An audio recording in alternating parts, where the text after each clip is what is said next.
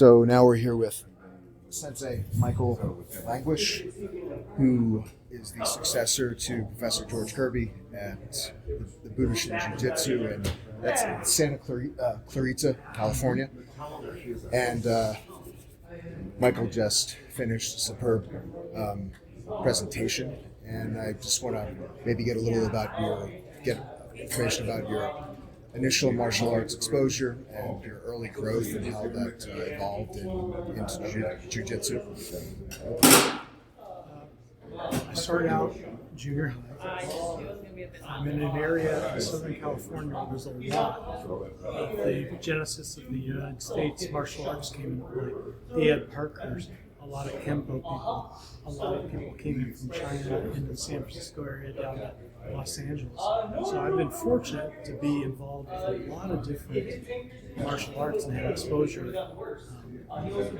I started out with karate.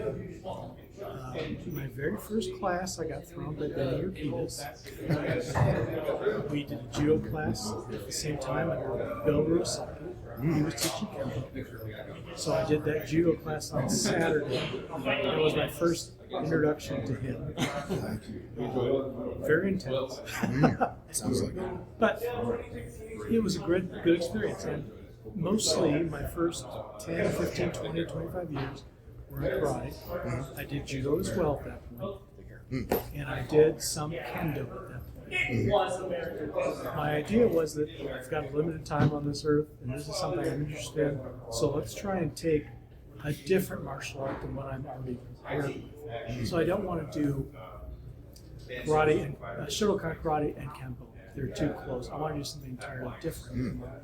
And that backfired on me because now I'm starting to see the commonalities in all martial arts. Even Naginata, I see things for jiu-jitsu that I didn't realize before.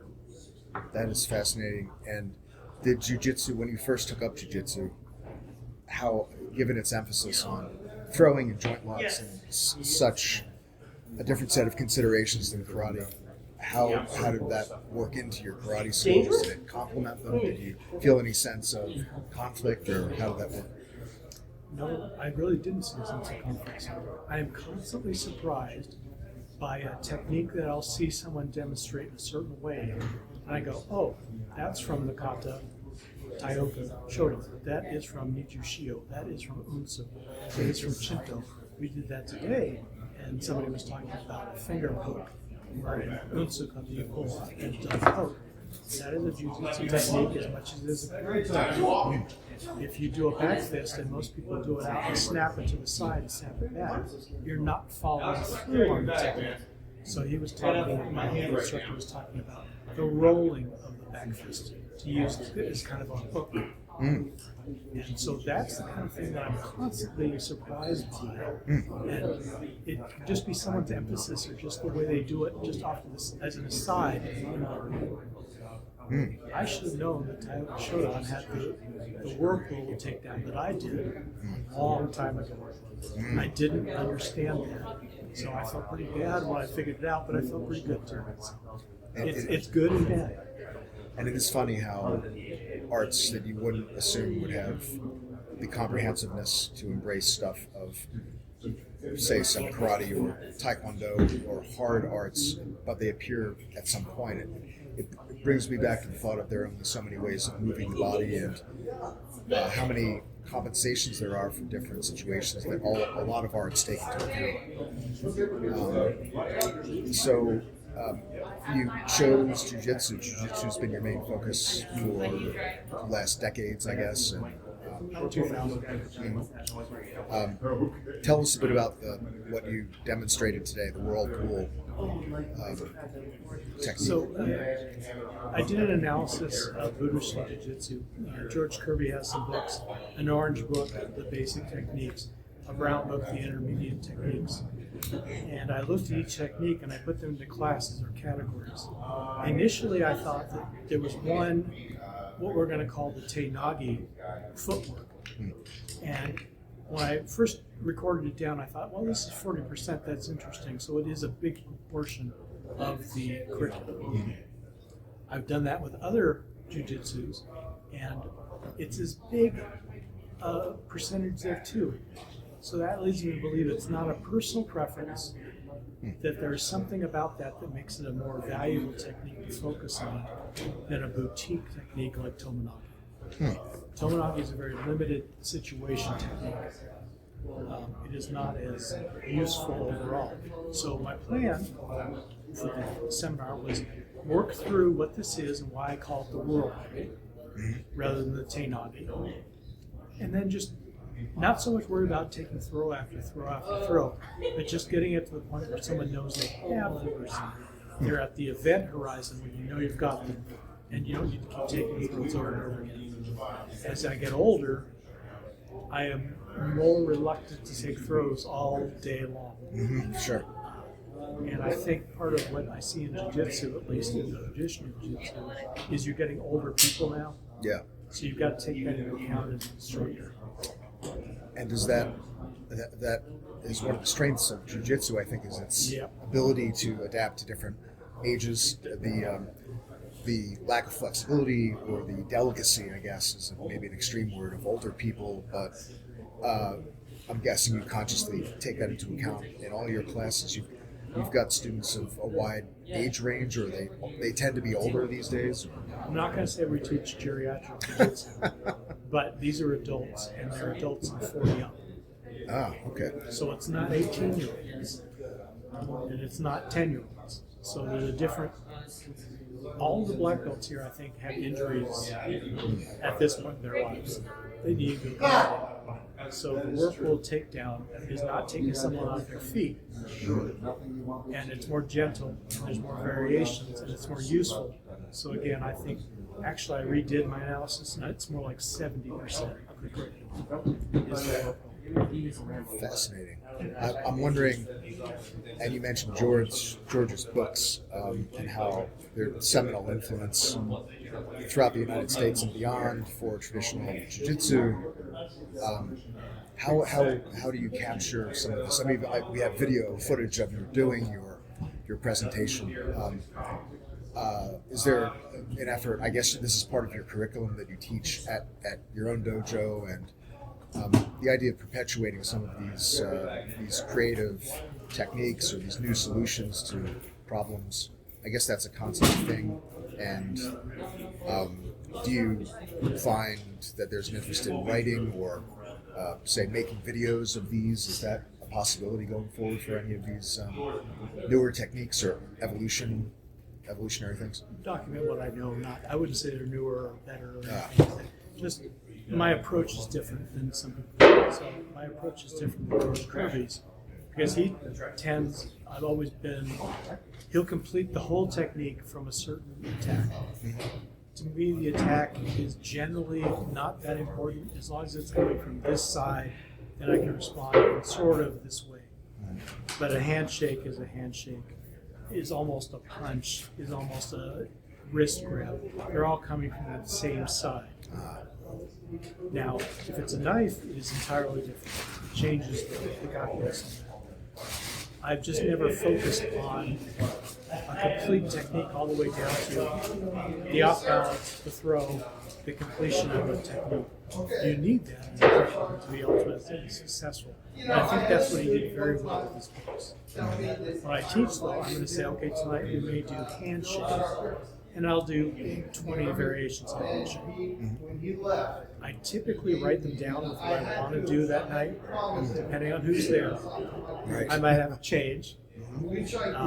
Sometimes you're thinking I'm going to do Tomonogi. You need to have somebody who's capable of doing that fall and receiving that fall. So if that person isn't there, one of those isn't there at night, you have to change your class. I see it. You mentioned you're not a geriatric dojo.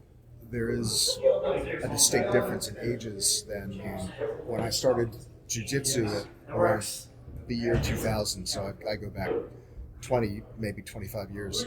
There were a lot of younger people, and I've noticed it's gradually gotten older as an interest, and I'm wondering how much of that might have to do with the attraction of younger, especially males, to Brazilian jiu-jitsu. Yeah.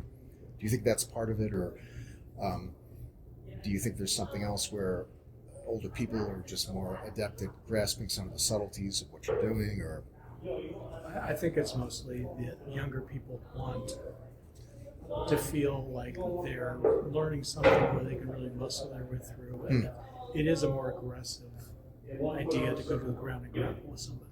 right? Whereas as an older person, my job is to go home to my family in the same position that I am now, capable of doing the same things. Right. I don't want to risk my health. I don't want to risk their economic livelihood and going to school Yeah. because I did something stupid. I don't want to go to jail and pay a lawyer, and I could just give big screen TVs to all my neighbors for what I'm going to pay to defend myself. Right. So I've got a different perspective than a lot of people do. The younger people, that's not in their thought process. Very true. It's useful. I'm not saying it's wrong. There's a point in my life where I was much more aggressive, but not now. Yeah, philosophically, I think that's Yep. an incredibly important thing to establish with maybe students who are new to the dojo, emphasizing that it's not a sporting application of jiu-jitsu, which you might find in BJJ or judo, if you see judo as the natural sporting stand-up application of jiu-jitsu. Well, that's fascinating. Having taken over for George, you see how the dojo is evolving, of course, with your input and your insights into the techniques you were just describing that you showed. How do you evaluate how the dojo is going, and do you think there's healthiness to it? Do you think there's an interest in advancement among your students? So, as an instructor, I come from a different perspective. As you get to be 20 years in as a black belt, you're starting to look at different things. One of the problems I think every martial arts is facing right now is the drop-off because of COVID and reestablishing economically. Inflation is driving up prices for people to go to classes. I've always taught out of community centers. I came up through YMCAs, through that sort of thing. So for me to think that $40 a month is about what I pay, that is nowhere near what the going rate is for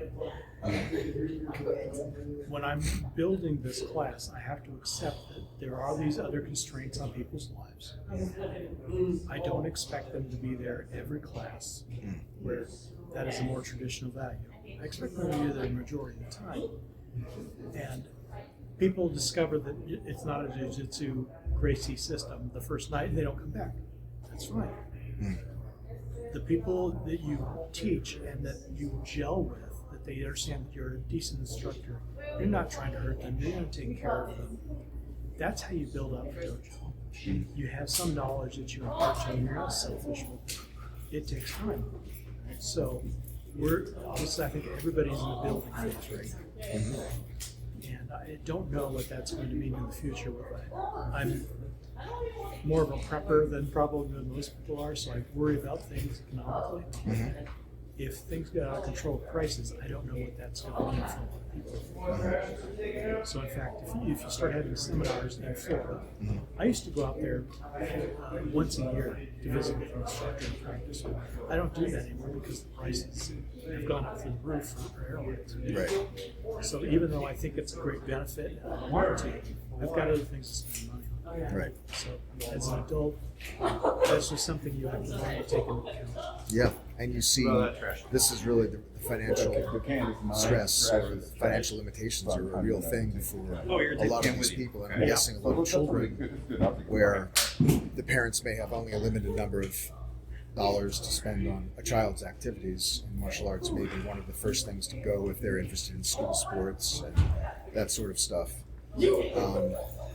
Very interesting discussion, and you foresee the dojo continuing where it is, and you have a good relationship with what's the name of the place where it's held? It's a community the center. Santa Clarita Parks Department. Okay. So it's a nice location. That's good. Yeah, I realized through talking with many sensei that the relationship you have with the organization where you're holding your classes can be critical, because they have the ability to really wreck your life, wreck your class pretty dramatically. Well, that's good. Well, thank you very much. Thank Michael. Very interesting discussion. We look forward to seeing you back here when we have our next Western one, and out in California at some point when I and others get out there. Thank you. I appreciate that. Yep.